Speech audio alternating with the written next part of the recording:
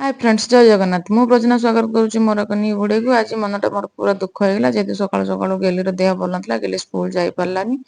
ତାକୁ ଟିକେ ତେଲ ମାଲିସ କଲି, ବେନ୍ ବାମ୍ ଟିକେ ତା ମୁଣ୍ଡରେ ଲଗେଇଲି। ଲଗେଇ ଦେଇ ଏପଟେ ପଳେଇ ଆସିଲି ତା ବାବାଙ୍କୁ ଟିକେ ଫ୍ରୁଟ୍ସ କାଟିକି ଦେଇଦେଲି। ଫ୍ରୁଟ୍ସ କାଟିକି ଦେଇ ସାରିଲା ପରେ ଏପଟେ କିଚେନ୍ ଫିଚେନ୍ କ୍ଲିନ୍ କରିଦେଇ ଅଳ୍ପ ସ୍ୱଳ୍ପ କ୍ଲିନ୍ ତ ରାତିରେ କରିଦେଇଥିଲି, ଅଳ୍ପ ଥିଲା ତାକୁ କ୍ଲିନ୍ ସଜାଡ଼ି ସୁଜାଡ଼ି ରଖିଦେଇ ତାପରେ ଏପଟେ ପାଣି ବସେଇଦେଲି।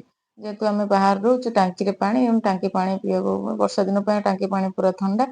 ଆମେ ଟିକେ ଗରମ ପାଣି ହାଣ୍ଡିରେ ପାଣି ଫୁଟେଇ ଦିଏ, ଏମିତି ଗୋଟେ ଗାଙ୍ଗୁଲାରେ ପାଣି ବଡ଼ ଗାଙ୍ଗୁଲାରେ ପାଣି ଫୁଟେଇ ଦିଏ, ସେଠି ଥଣ୍ଡା ହେଲା ପରେ ଆମେ ସମସ୍ତେ ପିଅନ୍ତି।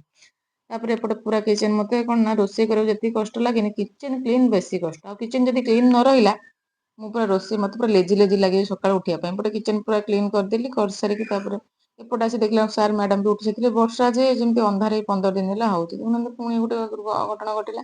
ଛୁରୀଟା କେମିତି ଭାଙ୍ଗି ଯାଇଛି ଦେଖୁନାହାନ୍ତି। ମୋର ଦି ତିନିଟା ଛୁରୀ ଅଛି, ਪਰ ମୋର ଏଇଟା ଟିକେ ଏଇଟାରେ କାଟିବାକୁ ମତେ ଟିକେ ସୁବିଧା ହୁଏ। ଏଇଟା ତ ଆଜି ଭାଙ୍ଗିଗଲା, ଦେଖାଯାଉ ଯାହା ହବ।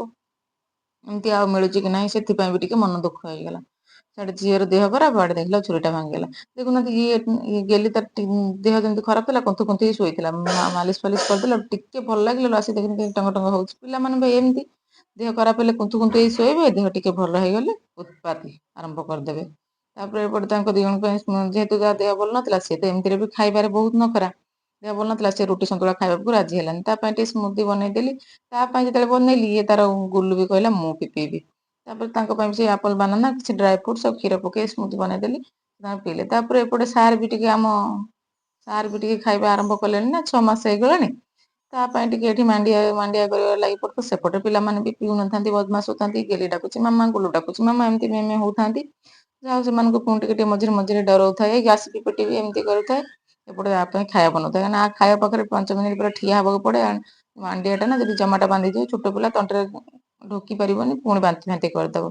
ଏପଟେ ତା ଖାଇବା ପୁରା ରେଡି କରୁଥାଏ, ଏମିତି ଠିଆ ହେଇକି ଚାମଚରେ ଏମିତି ଗୋଳେଇ ଗୋଳେଇ ଚାଲିଥାଏ, ଯେମିତି ଜମାଟା ନ ବାନ୍ଧିବ। ତାପରେ ତା ପାଇଁ ଖାଇବା ରେଡି କରିଦେଇ ସାରଙ୍କୁ ଏଠି ଖୁଆଇ ପିଇ ତେଲ ମାଲିସ କରି ଦେଖନ୍ତୁ ଆଉଁ ଆଉଁ ହଉଛି।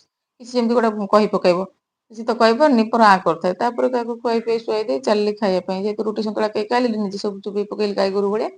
ତାଙ୍କୁ ଡାକିଲି ଆସ ଆସ, କେହି ବି ଆଇଲେନି। ତାପରେ ପୁଣି ରୋଷେଇ କରିବାକୁ ପଳେଇ ଆସିଲି। ରୋଷେଇ କରୁ କରୁ ପୁଣି ଗୋଟେ ଅଘଟଣ ଘଟିଗଲା। ଡାଲି ମାନେ କଂସାଟା ମୋ ହାତରୁ ଖସି ପଡିଲା ଯେ ସବୁ ଡାଲି ପରିବା ପତ୍ର ସବୁ ଡାଲମା ପାଇଁ ସବୁ ବସେଇଥିଲି, ସବୁ ପଡିଗଲା।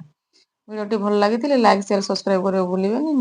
ଆଉ କୋଉଠି କଣ ତ୍ରୁଟି ଥିଲେ କମେଣ୍ଟରେ ନିହାତି ଜଣେଇବେ। ରହିଲି, ଜୟ ଜଗନ୍ନାଥ।